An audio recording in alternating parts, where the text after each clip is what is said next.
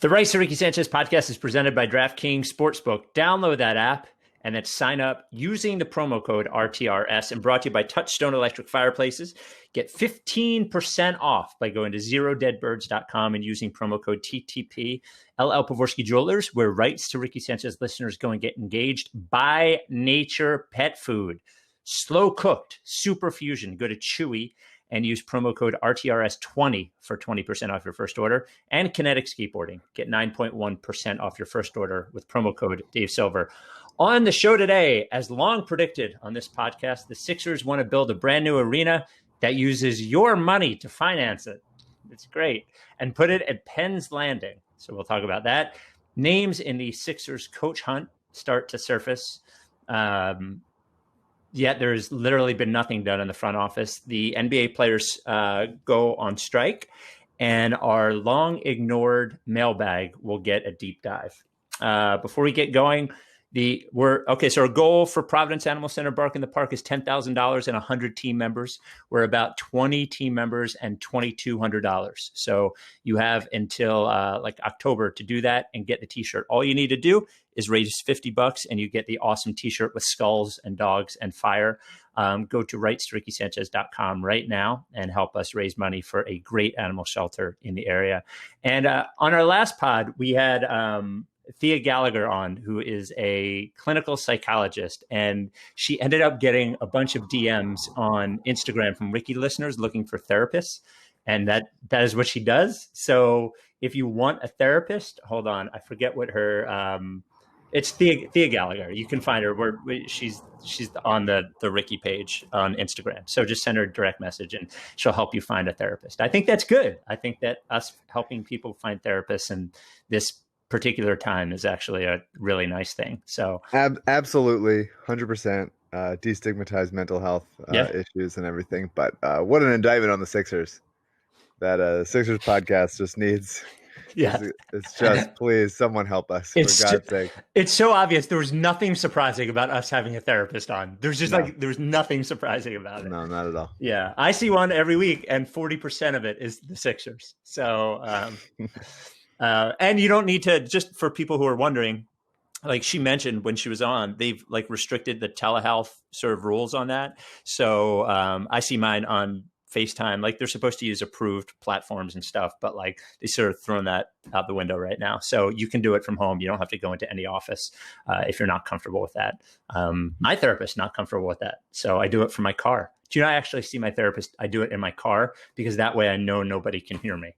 So I sit in my car with FaceTime on. It's weird. I park in this is funny.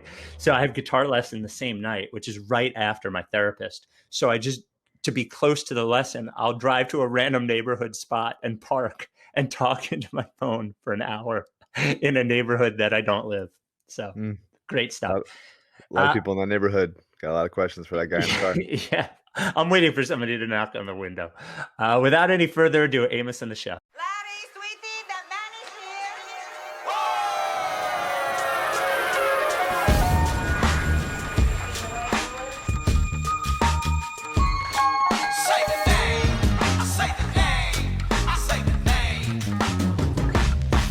We were right, y'all.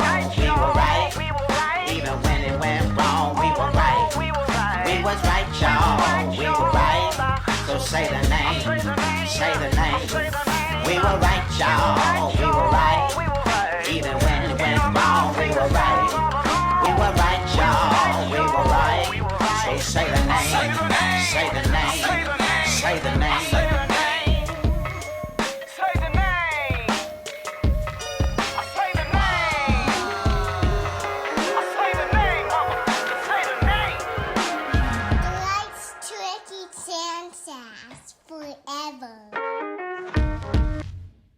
Welcome to the Rights to Ricky Sanchez podcast. I'm Spike Eskin, along with a guy that wants to revitalize the Penn's Landing waterfront.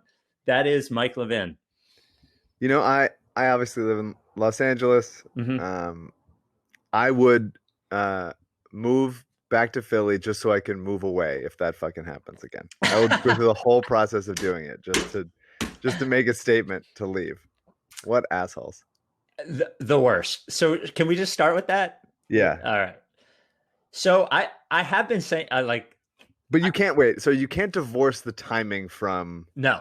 when it happens. So Oh I think set up the context of it. Okay. You know where context goes. Yeah. So all right. So the short story, and then I'll go context. Short story is Sixers are looking to build a new arena on the Penn's Landing waterfront in Philadelphia by using a taxpayer loan, and we'll get into that.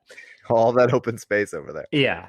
So it comes out when the Sixers, from just a Sixers context, the season ended so poorly that they're talking about firing everybody in the front office besides Elton Brand and Scott O'Neill, the CEO of the entire organization, and they fired the coach. So from we're talking about that. Yeah, from the Sixers' perspective, that is what is going on.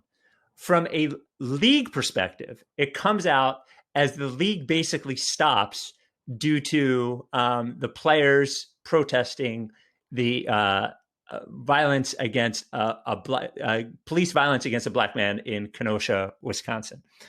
On top of that all, it is a time in a more general sense that due to COVID-19, thousands upon thousands upon thousands of people in Philadelphia are unemployed. There seems to be no end in sight to that. Mm-hmm. And at the very same time, a ownership group that until very, very recently was looking to buy an entire other sports franchise for several $1 billion in New York, is asking to use a loan from tax money from the state of Pennsylvania and city of Philadelphia to build them a new arena that would increase the value of their franchise by like $1 billion. Wow. That's the context. All at the same time. It's just so, they are the fucking worst. They are the worst. Now, like, I got to give credit to the Inquirer broke the story. It's not like the Sixers announced this. So I do give credit to the Inquirer for breaking the story at a time that will make them look fucking horrible. I give them a ton of credit for that. I have said long time on this podcast over and over again that that I believe, like, and you actually like 5 or 6 years, that I believe their eventual goal is to try to get an arena built in Philadelphia of their own, because a sports franchise isn't really worth what they say it's worth unless you own the building, especially in a city like Philadelphia, which is a big market, but it's not LA or New York or something. And then they will use Camden as a like competitor to try to pressure Philadelphia into doing it. Because remember, if the venue leaves, the team gets city wage tax from all of those players, all of those employees. Like, there's a lot of tax money that comes in from the Sixers. So that is why it's so complicated. So before I get into the specifics, do you have any comment aside from what shitbags these guys are? I would love to see them try to dangle the threat of leaving, and not just for Camden. Yeah. Go to like Kansas City. Yeah. Just get out. Yeah. Fine. Beat it. We'll get another team. We'll get another team, and we can switch teams for a little while. It'll be what a treat. What a blessing that would be for us to be able to do that. What assholes, man. I mean, the gall, and we're supposed to have a guest on Wednesday. I don't want to say who it is. Yeah. In case it doesn't happen, but would be very excited to talk to this guest about it. Talk more in depth about this. Yeah. But just the idea at this moment in time when city budgets across the country are being examined more and more because of how many cuts they had to make to services that help people. And as they're examining how high of a percentage most cities give to their police departments, who kind of hold it hostage. Well, and the revenue obliterated from the simple fact that people are working less and spending less. So there's just less tax money coming in, you know? Yeah.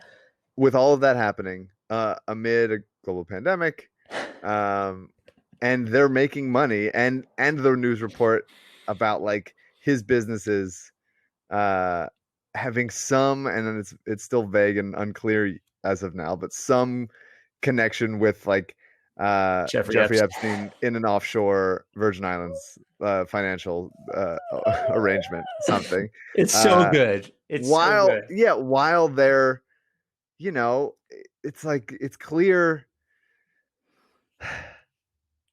We talked about this with who was it? It might have been Yang or Arnovitz. I don't remember. But the idea that like we're now coming to a head of these players using their power, using their labor power to be like, hey, we're the league. No one's coming to see Josh Harris's thin lips to a fucking game. I love that you always concentrate on. They're so thin, and what a bad mouth he has. You fucking richest guy of all time, whatever, and you still can't make your mouth good. What shame you must have. What an awful embarrassment. But yeah, the idea that the players are exercising their will to assert what they want in order to come back to play in the short term and then in the long term for, CBA negotiations and just like how we're going to move forward as a league. And you can clearly see there's a lot of owners that don't give a shit or don't privately give a shit. They might publicly say they do about all the things that the players are asking for. And so it was interesting, at least, that in the day or two after the Penn's Landing thing was leaked, that all owners seem to be working towards, whether they own the arena or not, working towards making every arena into a voting. It was kind of unclear whether they're going to be voting centers or like voter registration drives if it's like too late to do that for some states. Yeah, now the Sixers do not own the Wells Fargo Center. So Comcast does, right? Yeah, Comcast Spectacor does. So essentially the same company that owns the Flyers. So we are going to shit all over the Sixers owners here. That particular one is not their call. Yeah. I believe that Comcast Spectacor will probably do that. Having lived down there, I lived at like 10th and Rittner. I lived at 3rd and Rittner. I wonder if it's even like, what's the word I'm looking for? Convenient for anyone, given the location. Actually, the guest that we have on Wednesday, it would actually be a good question for that person about whether it would help. But yes, so I think Neubeck reported that they were already in talks to do it. Yeah. So I don't want to get too in depth on like the arena, but I think it's interesting because there's a lot of language in the report. And I want to try to, if you don't mind, try to clarify what they're trying to do and why it's bullshit. Please. So this is I think what you're best at. Right. So first of all, I will say that 99% of the time, sports teams using public funding, even as a loan, to build an arena is bullshit and should not be done. And they're basically pressuring the city into giving them like basically a no interest loan. Like right. It's bullshit. It shouldn't happen. I do recognize though that cities like do rely on that tax revenue and are kind of fucked in this power play, which is where you come in, which is where like the sort of the consumer comes in to tell them, just don't forget that when they were trying to cut everyone's pay, it was a combination of everyone going apeshit and Embiid that stopped that. Mm-hmm. So you do have power. The public pressure is a real thing. Okay. So what they're trying to do is the city of Philadelphia is has a plan to, and they have been for years, to try to turn Penn's Landing into something like a revitalization effort to the Penn's Landing, like the waterfront. We have this great view, and somehow Camden has done a better job of putting things there than Philadelphia has. They've tried all these different things. So what the Sixers want to do is use this opportunity to build a giant new arena there. Now, when they say tax money, wouldn't that also block the view, just in the smallest way? Yeah. Wouldn't that defeat the purpose of having a waterfront area? Right. So in a very general sense, having an indoor arena on the waterfront, taking up a large swath of land, is not like visually does not help the waterfront. Yeah. I'm going to build a bunker next to the Grand Canyon. Right. That's basically what they're saying. And by the way, like they're supposedly saying they want to build by 2031 that's when their lease ends at the Wells Fargo Center, break around at 2028. I think all those years are suspect anyway, but that's what they have to say. Well, that is when Al Horford's contract expires. But not yet when Harris's contract is over. No, still a few more. So basically, what they want to do is, and so I give credit to the Inquirer for breaking the story, but then I wanted to give credit to, hold on, I want to give this the guy credit that wrote it for WHYY. Ryan Briggs, WHYY, did like a deeper dive into this. So what they want to use is a program called the Neighborhood Improvement Zone, which basically they offer businesses like these tax breaks and loans, basically like it's basically a loan of money that is paid back when you eventually have to pay taxes on what is happening, right? So they use it in neighborhoods where they need people to move in, usually sort of like that's the Camden waterfront, basically, right? Nobody wants to build the Camden waterfront. Let's do that. Penn's Landing is right next to fucking Old City. Mm-hmm. Old City is fucking fine. So part of what he pointed out is the loan is paid out by increases. Get this. Basically, what they're saying is them putting an arena there will raise the property tax value of all of the businesses and homes around there.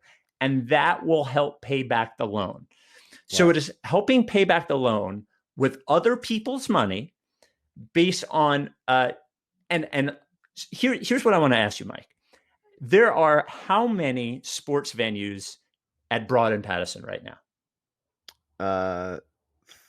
3 now, right? 3, right. So there's Citizens Bank Park, a lovely baseball stadium, Lincoln Financial Field, an amazing football stadium, and the Wells Fargo Center. What is the fucking revitalization and property tax increase around there?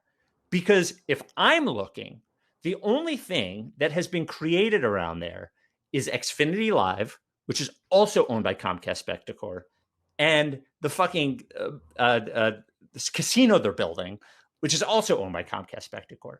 So what revitalization has happened at Broad and Pattison with 3 stadiums there? So all of these things, and Briggs points this out, and most recently in Allentown, promises like jobs, and this one promised 12,000 permanent jobs and 35,000 total jobs, and promises tax revenue that is never realized. It's basically bullshit. And fuck the owners so they wrap in, and this is like the ultimate protection plan for them. They wrap in that they also want to build an African-American museum and that they're using a Black developer. Sure. He's also really big and strong, so we can hide behind him. Right. So we can all of us billionaires can just sort of hide behind this meat shield that we're putting forward there. Right. It's like the Elton brand of the new fucking stadium. Jesus Christ. So let me ask you this, all Mike. of it's just like optics and fake bullshit. Holy Mike, cow. Let me ask you this. If they got this funded privately, if they got loans privately to build this, would they be able to A, build an African-American museum, and B, use a Black developer? No, impossible. Are there rules against that if you're privately funded? That's right. So what they're trying to do basically is they want a low interest or no interest loan to build this. When you see, and this is the last thing, and we'll get into this on Wednesday further, but I just want to sort of like paint a broader picture. When you see that like Josh Harris is worth $4 billion, let's say, that doesn't mean that Josh Harris has $4 billion sitting in the bank. It means that the things that he owns are worth $4 billion. And the reason they don't like putting out cash to buy their own shit is because if they have to put out like high interest cash, let's say they have to have a loan of like, I don't know, 7% to buy this $4 billion arena, then they can't use that money currently to make money, right? Like that means that their money is costing them money rather than making them money. So what they're trying to do is use the city's money, the city, which is so fucked. It can't pay for its schools. It can't pay for its parks. It can't pay for anything. It can't pay for fucking potholes. They think it should build an arena. And like, when was the last time, by the way, like I've been to the I don't even know what it's called anymore in Camden, the concert venue. Like it's changed names so many times. I still call it the Tweeter Center. I go there for the concert and then I leave. When I go to the Wells Fargo Center for a game, I think most people either go there for a game and leave, and some people go to Xfinity Live. A stadium, a venue. Look at the Union Stadium in Chester. They were talking about that revitalizing the area. There are literally no businesses around that stadium. It's been there for 10 years. I mean, how many fucking years has it been there? 8 years, 10 years? There's people go to the game and then they go home. It doesn't revitalize the area. It's not a real business. It's a thing where people come to go to the game and then go home. So like, if they want to build this fucking ugly stadium on the fucking waterfront, fine, but they should finance it privately and they should do it themselves, and they should not use 1 cent of city dollars or state dollars. Not 1 cent, not as a loan, not as a tax, nothing. They basically got $84 million from the state of New Jersey to build that fucking practice facility in Camden. Just don't let them do it here. And if they threaten you to move to Camden, then let them fucking move to Camden. Just at some point, somebody's got to just put their foot down and say no. And like it, just someone has to say no. And that's where I am on it. So what, you might not know this, what like stadiums or arenas around the country have been like notably privately versus publicly funded? Well, so like both the Citizens Bank Park and the Lincoln Financial Field have both been have had public funding for them. Like, I don't want to say that there's no advantage. Obviously, there's an advantage to having a sports arena in the area because of at the very least, at least in Philadelphia, the wage tax that happens when players play there. That's a lot of tax money that happens there. But like, the other income that comes there, it does not help small businesses, right? It does not help property values. Let me ask you this, Mike. Like, let's make pretend you owned a home. Do you think that home would be worth more money if 20,000 sports fans came into that very area 41 times a year? I wouldn't want it there. It would make the property value go down. Yeah, traffic around there, first of all, would just be awful around Penn's Landing, more than it already is. There's one road. Yeah. The idea that like it's going to become like Fenway Park and sort of like beautifully embedded into the neighborhood sort of seamlessly is not the case. That was built a long time ago and things built up around it over 100 years. The idea that this would just happen and it's perfect and everyone's like, I want to live by the stadium. Like, it just doesn't seem, I don't see the logic in that. I certainly believe that property value would go up because shitheads like Josh Harris would jerk up the property value. Like, well, I think that they would. I just, if I own an apartment, like the only actual property around there is like, let's say it's around 3rd and Chestnut, 4th and Chestnut, 5th and Chestnut, that sort of area. Those apartments and those condos and those homes, that's Society Hill. It's already high. Like if anything, it would drive down the property value because they don't want those people there. It just doesn't make any sense. There's no property on Penn's Landing except for the apartments on Columbus Boulevard, which by the way, like Dockside apartments are already like Dockside condos are it's already high value. I just don't know how the property tax value goes up if you put 20,000 non-residents in the area. Like, right. I live in the suburbs. If the Sixers came and said that they were putting a new arena in Springfield, like, it's literally the only thing that would get people in Springfield to like physically protest. They wouldn't want it there. Nobody wants a stadium in their area, you know? Like, remember when they were talking about putting the Philly stadium in Chinatown. And everybody around there was like, I don't want the traffic here. Nobody wants that. Yeah. You know, so that's. I think they're probably self-funding studies that say how good it is for all these people and stuff. Yeah. So they have, you know, air cover to do whatever they want, which is actually, Alyssa would want me to say this because Alyssa hates the Clippers more than like as much as we hate anything. which I respect because like the Clippers are such a to me sort of plain, sort of vague, shapeless organization. Yeah. But she's just grown up hating them, and so I respect any level of hate like that. Steve Ballmer self funds studies that say that like community policing and giving more money to the police to like go to local basketball tournaments and like kiss babies or whatever the fuck is actually really good. And so then he coerces LA city government to then give more money to the police under like nebulous community policing standards. That's just like, as there's a nationwide outcry to take money away from the police and fund other more useful parts of the city for services that people actually need. It's just saying, hey, we hear you, we love you, absolutely, thank you for protesting, we're going to give more money to the police. And that's Steve Ballmer doing exactly that, which I think is probably what Josh Harris and those guys are doing for just studies to people love us, people love a stadium and how long it takes. Here's all the traffic. Come on. Here's all I care about, because a longtime listener Eric in Miami was like, look, if this raises the value of the franchise and makes them sell, isn't it worth it? Maybe. But let me tell you, if you tell them no, that's also a way to get them out of here. That's right. So just like, fuck them, fuck them enough. Like if there's anything that the last 6 months, and I know this is a podcast that is like on some level about sports, but it's really not anymore.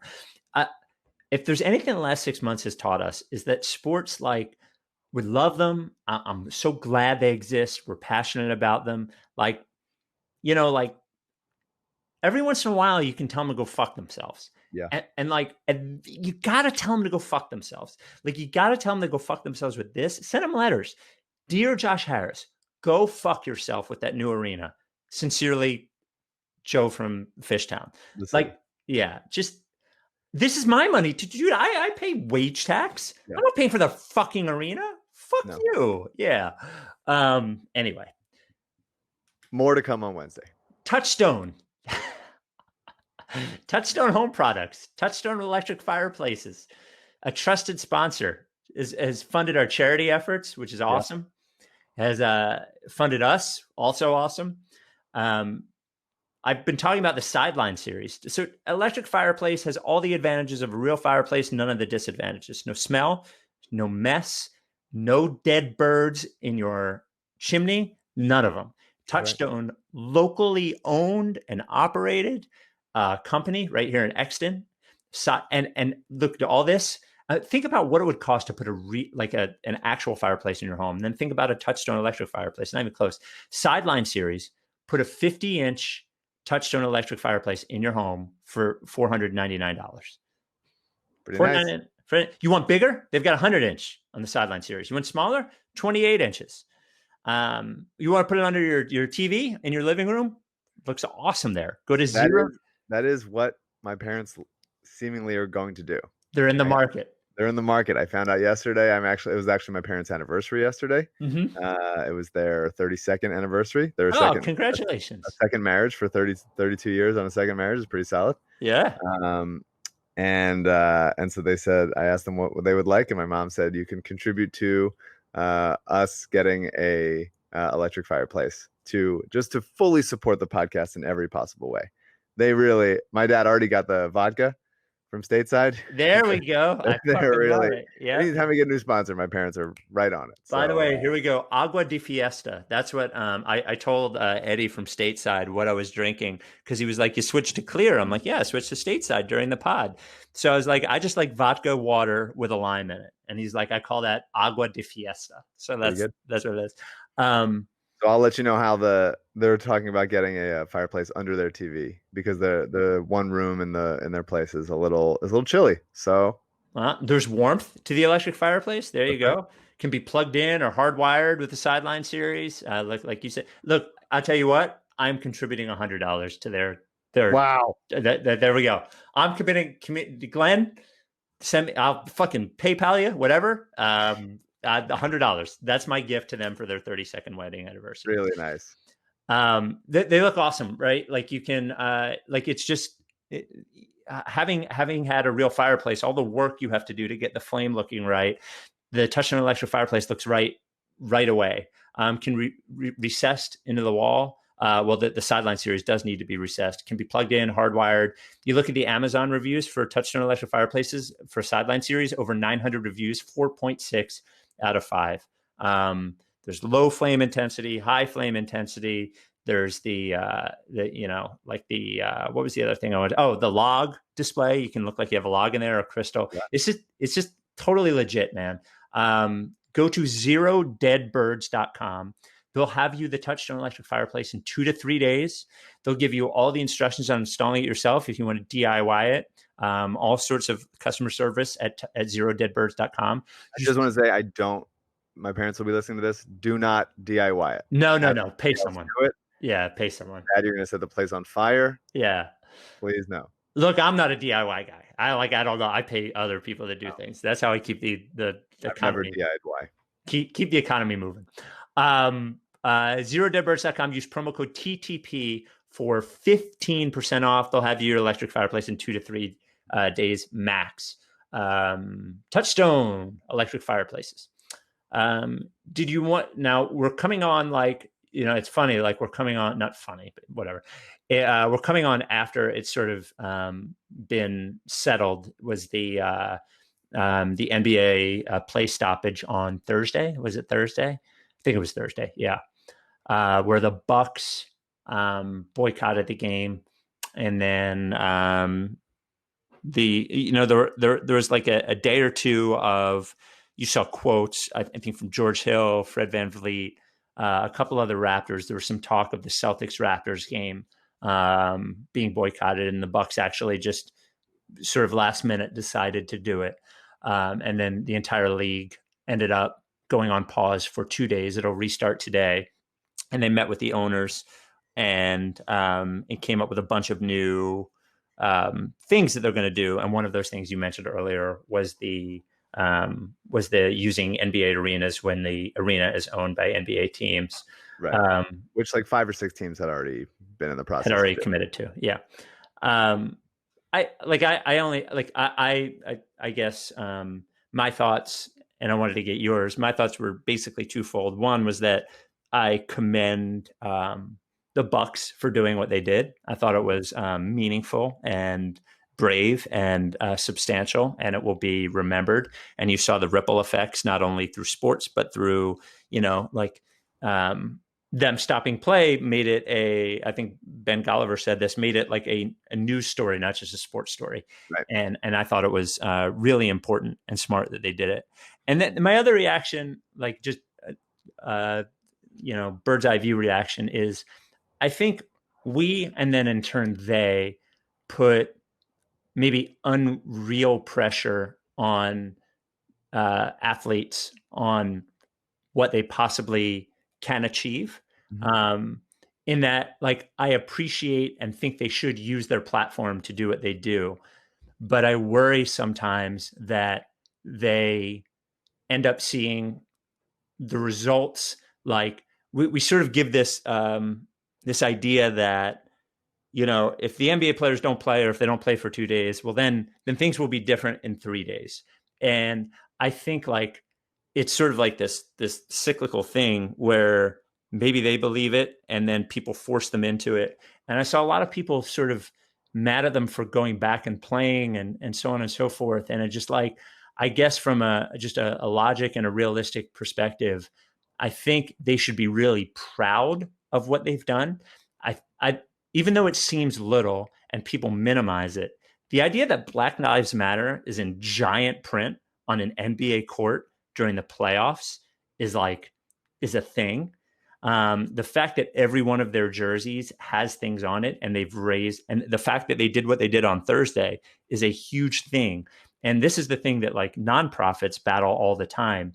The difference between actually raising money for their cause and, research, if it's a disease charity, and then just awareness, which is like also a very big thing. So I think they should be really proud of what they did. And I would hate that they go back to their homes or go back and look at Twitter or whatever, which I know a lot of them are, Instagram, and say like, you guys just didn't do enough. And it's only athletes like in this whole world that we put this sort of pressure on. And I think it's sort of unfair to them. And I think it puts in this world where our anxiety levels are so much higher and our depression levels are so much higher. I think it raises them. And again, I think making the money that they make and having the platform that they make comes with a separate sense of responsibilities. But I think they've lived up to that and beyond. And it doesn't mean they shouldn't do more. It just means that they shouldn't feel the pressure of solving the problem of police violence on their own. Totally. And that's sort of like my big picture thought about it. Yeah. Well, yeah, absolutely. It is a predominantly Black league. Mm-hmm. And the circumstances around playing amid this pandemic have cut them off from their homes and their families, and they can't, when there are tragedies, like another young Black man getting shot by police, this time 7 times in the back, they can't be with the people they love. Some of them have kids, Mm-hmm. Brothers, sisters, cousins, friends, whatever. And cannot imagine how hard that is to feel so isolated and to be like, well, I'm in this, we called it hostage Disney, but it's like, you are not allowed to leave in this place. Yeah, you're playing basketball and you're getting paid. Most of them are getting paid a lot of money to do it. Some of them are getting paid still good money to do it, but not as much. Still a lot of money. Still a lot of money, but not comparatively. And I get why you'd be like, I don't want to just go play basketball right now. This feels so pointless. I'm not here to just like entertain you. If the thing that, and kudos to the NBA, as we said, like I didn't think it was going to happen at all, but the bubble has worked from a health perspective, from a keeping the pandemic wave perspective, and from a basketball perspective. Mm-hmm. But the unforeseen issues of just it's hard to be away from people in this scary time is real. And and the idea that they are together and that there's not only does NBA labor have a tremendous amount of power, but when they're all together and seeing each other and can all meet in person with nobody else around, and they can talk and get into it, it's a really big deal. And I'm absolutely proud for them using their collective power to enact meaningful change. They are, like you said, athletes. It is not their job to solve the issue of police killing people. Not anymore it is than your job or my job. Right. It's all of our jobs. Right. But the idea, it should be on police to stop killing people. And if they're not going to, then there should be repercussions. And so if that ends, that means ending qualified immunity. If that means taking money out of city budgets so that they have, they're less incentivized to just work overtime and make their stats or whatever it is that causes them to do what they do. It is not on these basketball players to solve the issue. They are I'm much more of I'm an action guy. I'm a man of action, like Bryan Colangelo, if you will. And I always want something tangible. I always want a plan. So sometimes it bumps me, and not just this specifically, but in everything. It's just we need people to have a conversation. And for me, it's what's a conversation? That doesn't do anything. I think putting Black Lives Matter on a court and on baseball fields and wearing shirts that say Black Lives Matter or I Can't Breathe or any number of things that bring light to a very serious issue for everyone as a society. I think that's important, but I always want to be like, how can we turn that the bright light that's on such a thing, how can we turn that into actual tangible results? And for Milwaukee Bucks to call the Attorney General, I believe it's the Attorney General, the Lieutenant Governor of Wisconsin, and be like, what can we do? And then for LeBron to be like, I'm calling Obama. What do we do? Like, it's important, and I'm like proud of them for it. It shouldn't be on them again, but there's a lot of these people that are online or whatever the fuck saying, what do they want? They just want to stop playing. I wish I could take a day off of work to stop playing. And it's like, first of all, fuck you. You shouldn't be a slave to your job. Like you have labor action. You should exercise it when you're not. The conditions that you are working under are not up to par. Then collective action is important and good for a healthy, functioning society and for you personally. But this idea of like, what do they want or what can actually happen? The idea we already just talked about for a half hour of how ownership is pressuring the city government to fund an arena that they can afford. Otherwise, they will leave. They can do stuff like that for policing and other issues and voting and many other issues that these players care about, that the players are now holding the owners hostage in some way, being like, hey, if you don't give us these things, you have the relationships, you have all the money. Yeah, NBA players make millions of dollars. NBA owners make billions. It's way more. And so the idea that there was nothing that they can do, or they're just like, this is just a gesture. It's like, no, the owners should come back and say, we see the problem. The people that work for me are holding out. It is a work stoppage. It is a strike. The fact that they're doing that should incur them to friggin' go talk to the people that they have in their pockets, the politicians, the local officials, state officials. Friggin' Josh Harris is lending Jared Kushner money, and now Jared Kushner talks about how LeBron's not doing anything. Like, what a massive asshole. And so it is not on the players to solve the issue. It is on them to hold the people that they work for to account. Otherwise, they won't play. And I think that's incredibly brave. That's incredibly powerful. I respect it a lot. And I'm glad some meaningful change has come of it. And I hope that more is to come, because the way things are going is absolutely untenable.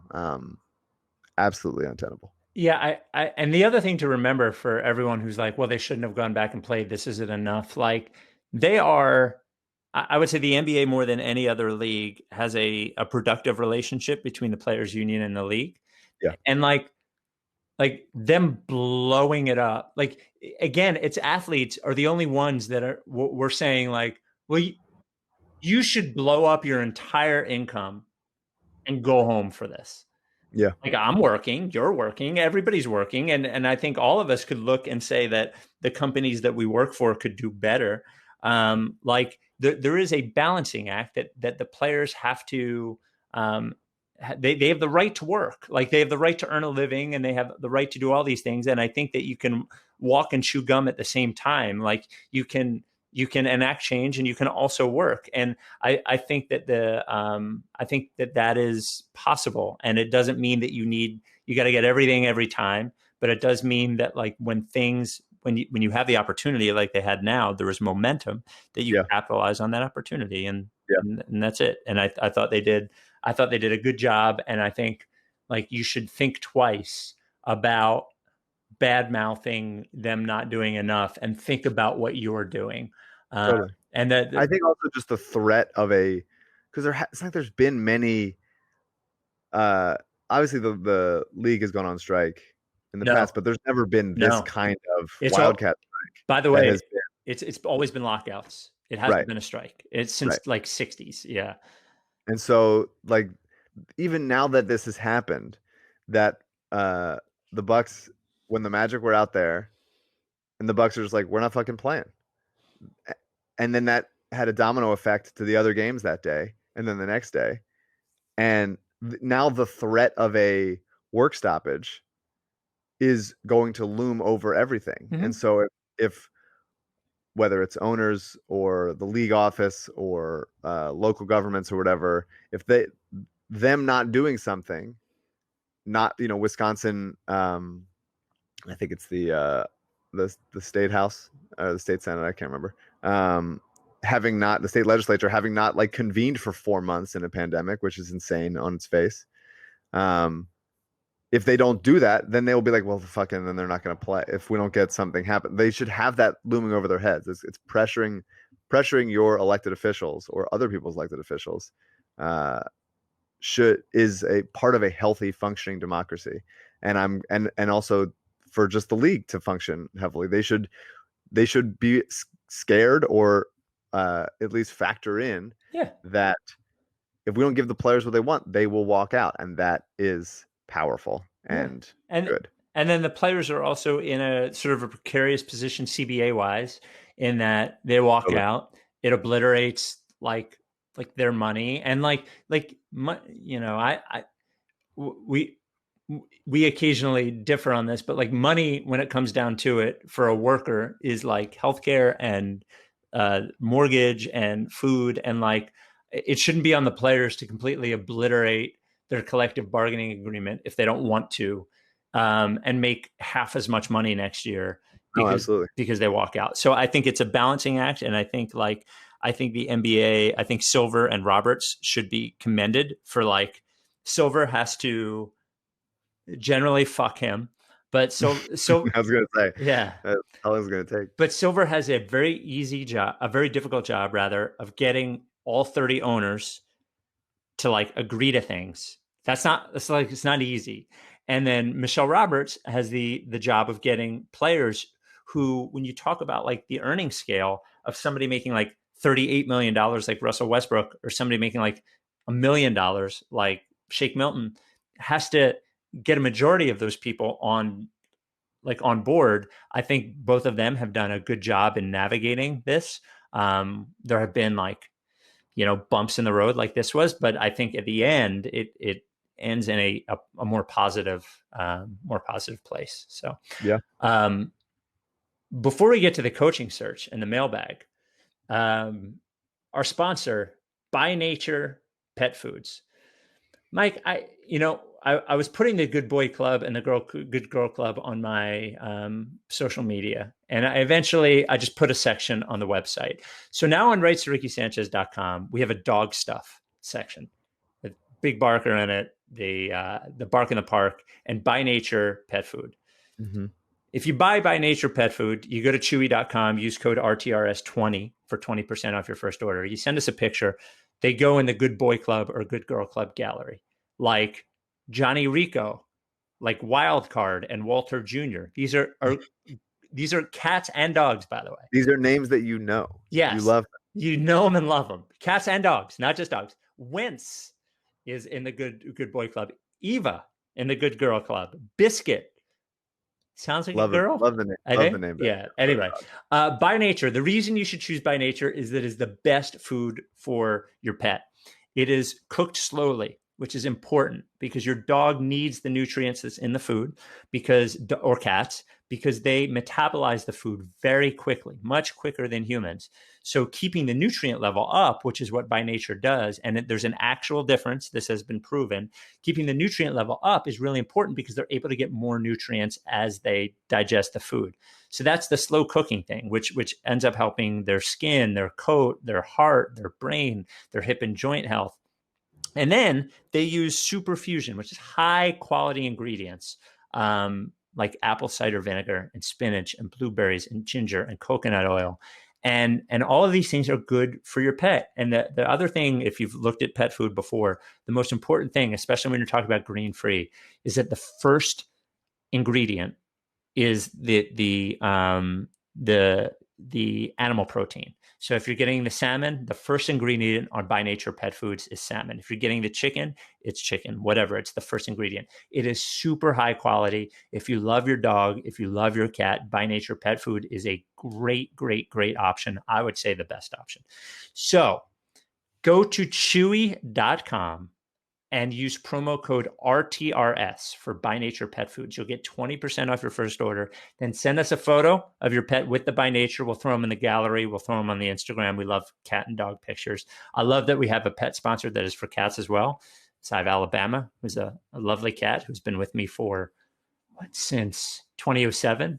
What's that? Wow. 13 years. Yeah. Again, By Nature Pet Foods. And I mentioned before, no recalls ever in the history of the company that owns By Nature Pet Foods. No recalls, 0. So go to Chewy, use promo code RTRS20 for 20% off. Donovan is Good Boy Club now. Oh yeah, I believe big time. Donovan's Good Boy Club. By Nature Pet Foods. I don't have a ton on the coaching search, only that it is unacceptable that we're seeing coach information before we're seeing front office information. Yeah, unacceptable. Scott O'Neill, Alex Rucker, Ned Cohen. I want to hear news about those 3 people before I hear news about any coach. But God bless Keith Pompey, continually reporting people who are interested in the job. I'm also going to text Keith that I'm interested. see how it goes. Jason Kidd, any interest there? No. Me neither. No. John Lucas, part 2. Come on. Any interest? You bring in Richard Dumas back? Richard Dumas, by the way, would be a 2020 NBA player. Would have a 3-pointer. Would be a 3-and-D guy. Yeah, I think about that kind of stuff all the time. I mean, Ty Lue is the hottest name. I saw a report that he wants $7 million a year. I mean, good for him, man. It ain't my money. I don't go get it. Yeah. But there's other pretty big coaching vacancies around there between possibly Brooklyn, although I kind of think that they might just keep Jacques Vaughn. He seemed like he did a good job and they seem to like him. And also Chicago. Luke Walton's job seems to be safe for some reason, but another I feel a real kinship with Sacramento at this point as far as it's pretty sad, right? On office situations, yeah. Sam Cassell is a guy that interests me. People really like him. He's ugly as hell. That's a good change of pace. He's got some intensity, and he's been on some pretty impressive staffs. You never know what you get out of assistant coaches. You just never know. But an emailer mentioned Kevin Ollie, whose name has been very quiet since. I think something went down at UConn that was bad because he won a national championship and then kind of disappeared. And then I remember, I don't know if you remember this. There was an article years ago where Kevin Durant was basically saying that Kevin Ollie was the vet in the room, in that locker room, as that team was moving from shitty team to good team, that was the most influential in that room. And I thought that was meaningful to me, especially, remember when we had Morey on and we asked him what's more important? What's more important, the relationship with the players or strategy? And he said he would take relationship with the players anytime. Yeah. The only thing I don't think Kenny Atkinson. I don't think they won't hire Kenny Atkinson. I don't think they'll respond to a taskmaster. No, it just doesn't seem to be it. It needs to be the guy that gets along the players, but also takes no shit. Yeah. And Kenny Atkinson, I think, is only the latter. Yeah. It's funny. Michael Connor has really talked me into Ty Lue as an actual coach. Totally. I really worry about the optics, and whoever is coming in really has to do 2 things with Simmons and Embiid. The one thing is Simmons and Embiid have to believe that there's no favorite there. And the other thing is that both guys have to believe that this guy's not going to take any shit from either of them. And the thing that worries me about Ty Lue being a clutch guy, is that even possible to believe? Yeah. If you're Embiid, that would worry me. So. Yeah, I don't know. Darvin Ham, another interesting name. People always, I don't give a shit. I've been told the players like Udoka, but like not a big enough name. I don't know. I mean, if he was like the defensive coordinator this year, it's not like he did a great job. It's hard to blame an assistant coach for anything, but he wasn't super additive in that respect. But I mean, I guess you could say the same thing about, Nick Nurse on Dwayne Casey's staff, as far as like, keeping things as they are. I don't know. My instinct is that Elton Brand will hire a former player. Just because he's a former player. Just because he's a former player. He's already said he wants basketball guys. It seems like you can rule out guys who did not play in the NBA. That'd be my guess. I know it seems awkward given all of the current things going on, but if they fucking hire a coach before any of those other guys are gone, just stop with the coach shit. There's so many coaches. Yeah. There's no like magic bullet coach out there. Look, throw a big tantrum for the city not giving you all the money that you want for Penn's Landing, and then just take a nice 2-month vacation. And then come back, take your time. Let's see this thing through. They're not going to play again until fucking February or March. We have plenty of time. Figure the front office stuff out first. Do you think next season will probably be like 60 games is what they're going to try for? I think their goal. I have this theory, and it's not like an out there theory, that because the sports leagues are so close to testing, ordering thousands of tests a week, from these private labs, that they have a good idea about like vaccine stuff. And when the NBA came back and said that we're not really going to start in December, we're thinking about February or March, like they want to start when there are fans in the stands again. And I think that the goal would be a 60-game season starting in late February or something that would end in October again or September. And then from then on, they start in December and go like to August or something like that. That would be my guess. Yeah. Makes sense. I mean, the NBA, I don't think we talked about this, but Zach Lowe had this long piece like days after we had him on the podcast. Rude for him to not break it on here. But about the NBA with the Timberwolves guy, I believe it was, basically like coming up with new cheap ways of testing without all this the stuff. Saliva test, the cheaper saliva test. Yeah. And so it's good to see that not only was, my concern was, and still is, that like, hey, look at all these rich people that get whatever they get all the testing that they want. And in many places, although it's better in LA now, it wasn't for a while. It was really, really bad. They were like shutting down testing facilities, which was very stupid. But in a lot of places you weren't able to get tested as easily.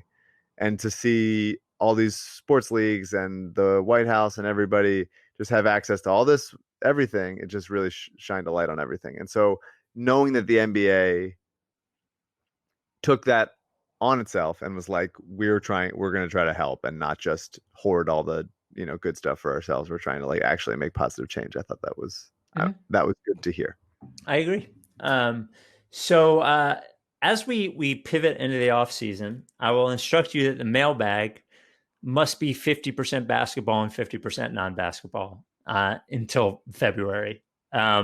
Maybe around the draft, we'll accept occasional and free agency, occasional 100% mailbag questions. But from this point on, one basketball question and one non-basketball question. Writes to rickysanchez@gmail.com. We have a lot of mailbag to catch up on. We'll try to do best we can right here. The first one is from Jason. I know what my answer would be. Basketball question. For everyone who is suggesting the Sixers get a new GM, let's say that Elton was okay with somebody bringing somebody above him. Would you be willing to sign off on their complete autonomy, including the ability to trade Ben and Joel? He says, to get the best candidate, it seems like you'd have to let them operate with no to minimal restrictions. Adding restrictions just limits the pool of candidates. Would you be okay hiring somebody that you believed in if they said, I want the ability, if I find the right deal, to trade either of those players? I think that if you are hiring a president of basketball operations in any sport, they should have everything should always be on the table. Mm-hmm. The idea that you're going to say you can't do these things, it's like, well, then that in itself is a red flag. Even if I'm not coming in saying, hey, here's the solution, we got to trade one of these guys. Right. I wouldn't want to hear like, no, you can't touch this stuff. Can't touch that. Can't touch that. It's like, okay, it doesn't seem like this is really the kind of, which they'll be right, the kind of organizational structure that I want to enter in. They would be right to think that. Do you think one of the presidents would go, I'll only come if you build an arena with taxpayer money? Yeah, that's my demand. I would agree with you. You have to, and I've always said that like really trades always come down to owner approval too. But I think you have to let them explore anything. There shouldn't be anything off the table. Jason's non-basketball question. What is the quickest way to get unsad about trivial things? Oh boy. If I knew that, you'd never hear from me again. That is tough. I know it sounds minimal, but like to think about a non-trivial thing that doesn't make you sad, that makes you happy, I think would be the greatest thing. Like, I think for me, sometimes it's funny, like if I'm home and I see something trivial that annoys me and I look around and I see like what I have, that lowers it for me. But I mean, this is the battle of life, I think. Sure. Getting unsad about trivial things. I mean, sometimes I go for a run. That helps if I'm stupid. Sometimes I'll watch Siesta Key, really dumb reality show. That helps a lot. It would generally feels good to play basketball for me, but I have to drive like an hour to an open court where there's not a ton of people or it's not like closed down. So that's been tough. But yeah, getting sad about non-trivial things is part of life. I think a hobby ever since I run, but like ever since I started playing guitar again, grabbing a beer and playing guitar for a little while is a good way to like, one of my things is that I avoid existential dread by staying too busy.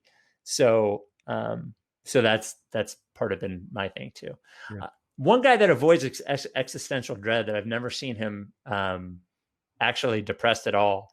That is one LL Pavorsky of LL Pavorsky Jewelers. Have you ever seen LL off? Like not him? No. No. Always on. Yeah, always on. We have a person, let's say very close to us, that has contacted LL about a gift for his wife, not an engagement ring, obviously, because they're already married. But this person is looking to complete the Ricky sweep, which is something from every sponsor. Wow. Yeah. Now, this person will have a tough time, is going to have to wait for the Kornblau thing. You know, like I said, perhaps have somebody push you down a flight of stairs at work. He's working at home right now. It's very difficult. But LL Pavorsky Jewelry, the original sponsor of the Ricky 192, Rights to Ricky Sanchez listeners have purchased engagement rings from LL. He just keeps on trucking. A sponsor of the Rights to Ricky Sanchez run team for the Providence Animal Center Bark in the Park, along with Big Barker, has always supported us, has been with us at every lottery party, every Bust the Process, every Fly the Process, and treats our listeners with respect and in class. And I love him. I love him from now and forever. He's like sort of an original part of this podcast and showing the belief in us that he shouldn't have, and now has created this monster. If you want an engagement ring or any other sort of jewelry, he's your guy. You just need a jeweler, right? Like this is not, you don't want to be shopping with somebody different every time you need a piece of jewelry. He's your guy. So go there for an engagement ring, then stay with him forever. Online appointments and in-person appointments by appointment only. 215-627-2252, lee@llpavorsky.com, or tweet at him at llpavorsky. And the store itself is at 707 Walnut. LL Pavorsky Jewelers. No off switch. Wait, what'd you say? No off switch. L off switch. And that one. I don't get that one. Switch is also a jewelry term, I think. Oh, is it switch? I thought it was. The amount of times while you're talking that I Googled jewelry terms. It's almost every time. This comes from Eugene. Hey, Spike and Mike. I thought about sending this a week ago, but my opinion actually evolved over the time it fell down on my priority list. Went from fairly one-sided argument to the complete other way around it for game 2. Curious if it's the same for you. Would you rather live in a world where things never fully fell apart, but never fully actualized themselves either? With Markelle, whether he's still on the Sixers, as an average, maybe slightly above average three-point shooter on normal volume, with Colangelo staying as GM because Burnergate never ends up being exposed. So they never like win championships, but like this never happens. Or with the Sixers as they are now, a lot of dominoes obviously don't fall if Markelle even meets 70 or 80% of expectations. However, a silver lining of our current state is incompetence has revealed itself at every level of the organization, which leaves the possibility of wholesale change. The other situation could never do that. I'm personally now leaning that way, hopefully not because I'm secretly addicted to pain. I guess it comes down to a matrix red pill versus blue pill argument preference, but wondering where you both fall. Thanks for all the work on the pod. Blah, blah, blah, blah, blah. Thank you, Eugene. It's with these questions, it's always like, and it never fully actualized itself. So it's like, so you're saying in this one path, we know the future is not success. Mm-hmm. Because that's complicated. Because if Markelle was 70-80%, if he was like slightly disappointing as a number 1 overall pick, just a little bit more, I don't know, somewhere between where we thought he was going to be and like Emmanuel Mudiay. And isn't he there now? Yes, I'm saying if he it's better than that. Yeah. Yes.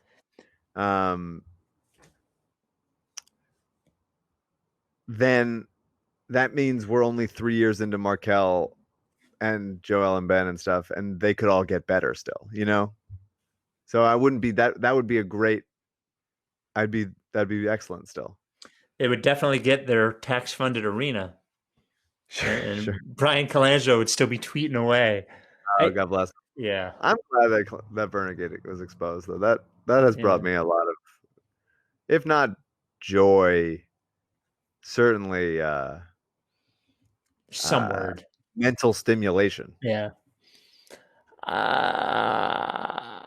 It sort of comes down to, would you rather know your wife is cheating or not?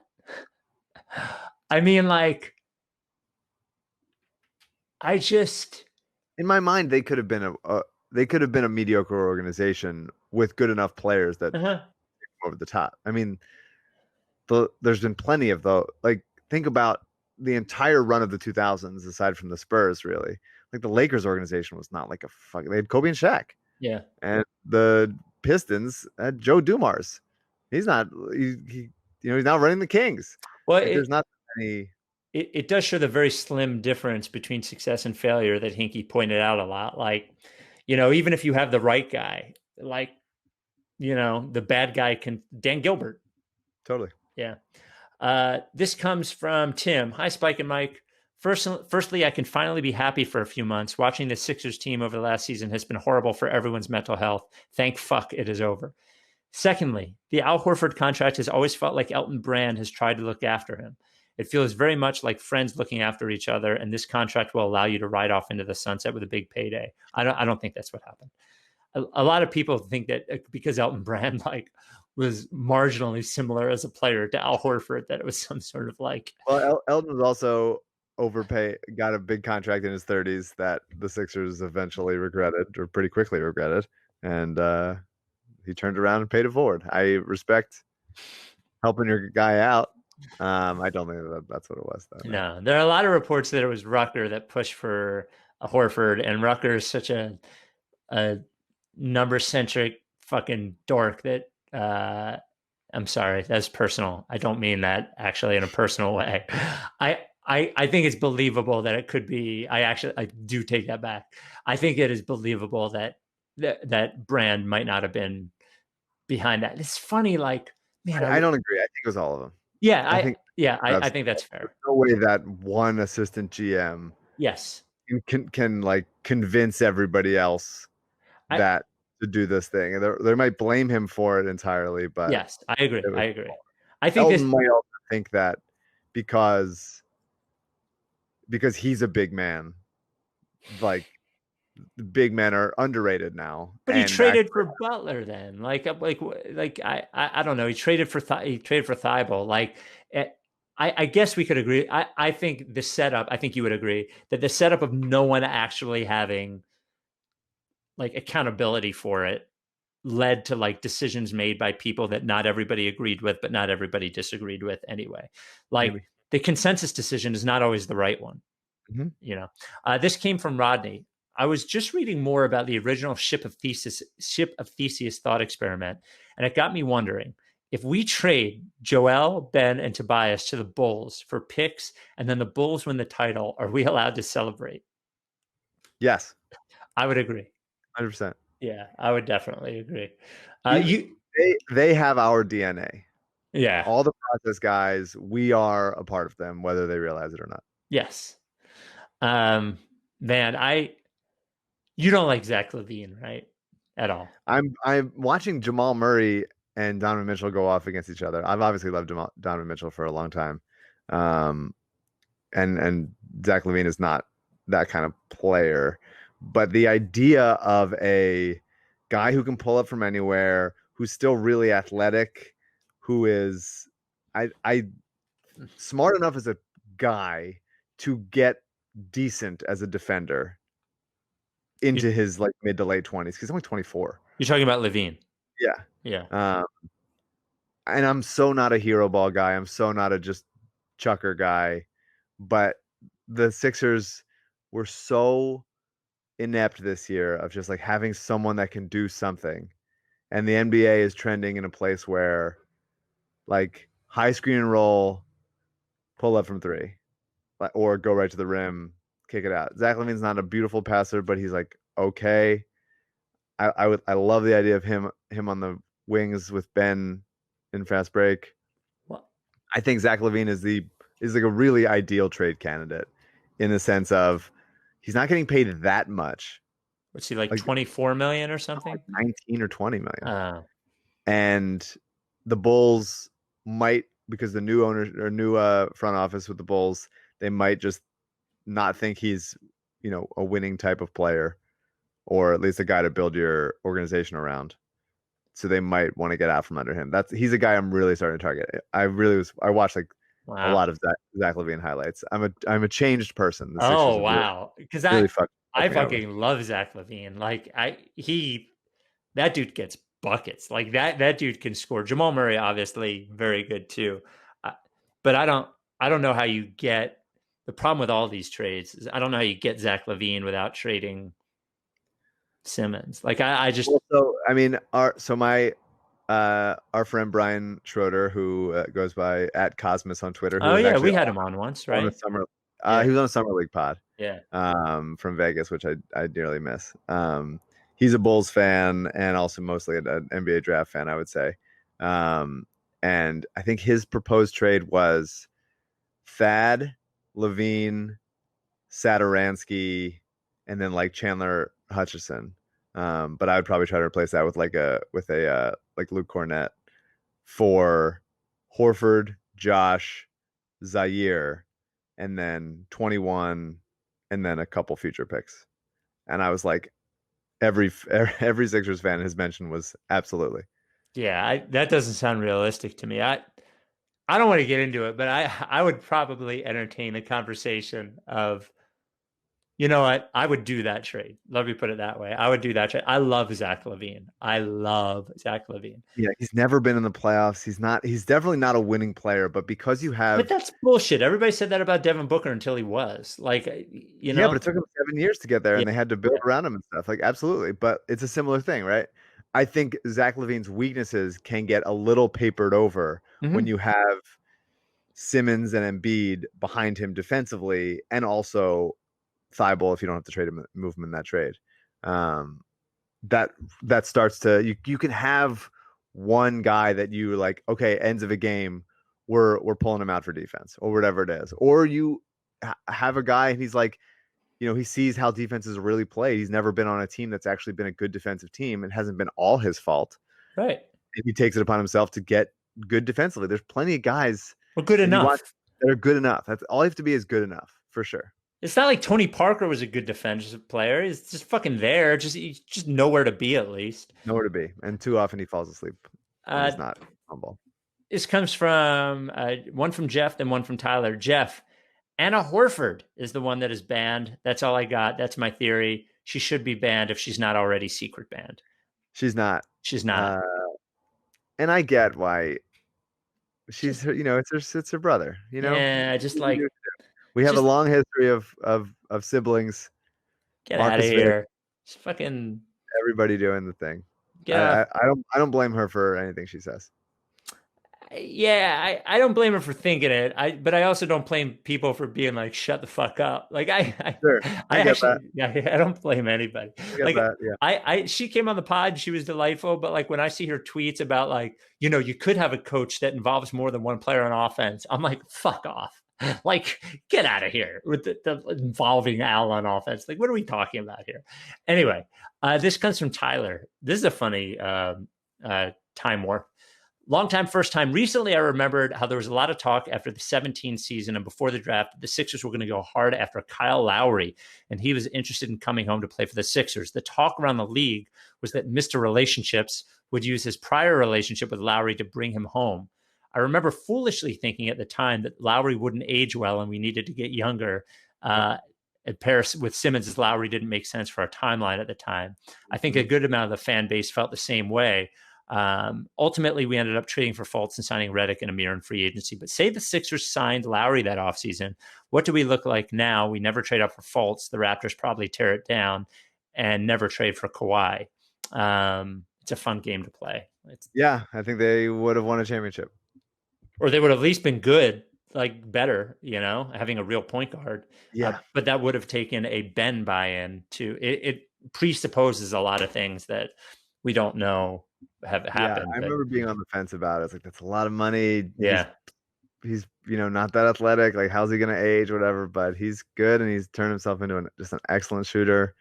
He's wily as hell and he just works his ass off. I think that he would have been a great fit here and bring him back to North Philly, Yeah, or South Philly or Penn's Landing or wherever they're playing. Yeah. From Tommy, greetings from Alabama. I started listening during Embiid's Rookie of the Year season when the process was proven to have worked. It's hard to get attached to a team outside your market that you didn't grow up rooting for, but damn, it still hurts. Wow. In one of the pods leading up to this, Spike went on about not lowering the price of the Al Horford Appreciator shirt because he thought there was still a chance he would have a big moment. My question is, who's the cast-off you think the Sixers can trade him for? Why will you talk yourselves into them? And what is the alliterative T-shirt slogan that you will get burned by in the end? Are you a Chris Paul connoisseur or a Buddy Hield buyer? Or are you more hopeful that you can be a Dinwiddie devotee? You guys know the other bad money targets: Wall, Love, Otto, Conley, Griffin. I know the shirt was probably going on sale soon, but I just bought one anyway because it's way funnier now. Yeah. A lot of those names are definitely not cast-offs. Those would be... No, Dinwiddie is not a cast-off. I would love Dinwiddie. That's a championship team if we get Dinwiddie. Yeah, like I would trade him for Otto Porter. No questions asked. Yeah, any of those. Anybody. Really anybody. Wall? Anybody. Anybody that's not a power forward or center. The only one I have pause about, I mean, like even Kevin Love would be a better fit, but I don't think it'd be perfect. Andrew Wiggins would be tough for me. Harrison would be tough for me. Guys that overlap with Tobias would be tough. Of like, doesn't get to the line, doesn't really shoot quickly, doesn't really play defense, isn't really a passer. Like those would be tough. But anybody else, there's guys. I believe in a competent front office trading Al Horford for helpful pieces. Even if you have to attach the pick 21, which is fine. Our very own Sixers Adam has been very like trade for Chris Paul kind of stuff. And like, I think I mentioned that like before the season, we were talking about Tobias, if they had just traded for Chris Paul, like I wouldn't mind having Chris Paul on the team. I just know, and I would definitely trade Al Horford for Chris Paul, but like, I just know as soon as we get Chris Paul, he's going to that'll be it for Chris Paul. I know it. Certainly a track record of that happening here. Yeah. He's 34. I know it. I mean, who's the last player in any sport in Philadelphia where they've gotten them towards into their 30s, and they're like, no, they're still good. Raul Ibanez, and he was on Sure. steroids, so Ibanez hung on. I guess JJ. Yeah, JJ had his best seasons here, I think you could argue. Who else? When did Jason Peters come to Philly? How old was he at that point? It feels like he's been here since birth. Probably 30-ish, maybe late 20s. Malcolm Jenkins. He was still he was in his prime. Just feels like everyone has been failed. Chris Webber or Glenn Robinson. Mm-hmm. Al Horford. Just everybody has been towards the end where it's like that. This is the end of the string. Jonathan Simmons. Oh man. And finally, an email from Dan. It's not a question. It's just sort of it's from the heart. Much like both of you, I've spent this miserable playoff series thinking about how the Sixers are going to move forward from this dog shit situation we're in. To be short, I'm very on board with the concept of blowing up the team and launching the entire front office into the moon at terminal velocity. I often like to find thematically relevant comparisons to situations in life. For me, this whole experience, the last 2 seasons, feels like Tame Impala's Currents album has played out move by move for the Sixers and the fans. We start out in a situation where we're excited to watch the years of work turn into something that seems like that is paying off.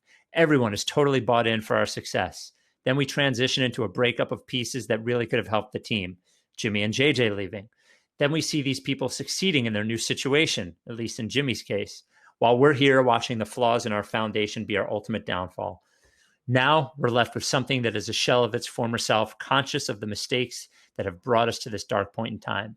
Maybe I'm a little stoned writing this email, but I know 2 things to be true. Currents is a fucking masterpiece. And 2, watching this last season is like watching a group of drunk monkeys try to parallel park a car.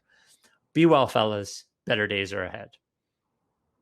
I mean, feel like drunk monkeys would be a little faster going to the rim. Yeah, probably. And more bully ball, I think, too, if depending on what breed. Sure. Not drunk, yeah. All right. Well, send us mailbag questions. I think we're going to have we're looking forward to a good guest on Wednesday talking about the Sixers Stadium, and I think soon enough we can start leaning into our weirdo off season again. Then we'll have draft and we'll have big boards and all that kind of shit. So yep, go Rockets or Thunder. Yeah, go Rockets or Thunder. Yes, we're putting our tokens in both of their what are we putting our eggs? Our eggs in their baskets, right? Are you down with TTP? Yeah, lick face. If you don't fuck with me, then I won't fuck with you. If you don't fuck with me, then I won't fuck with you. If you don't fuck with me, then I won't fuck with you. If you don't fuck with me, then I won't fuck with you. But if you fuck with me, I'm gonna fucking kill you! That's a plan B.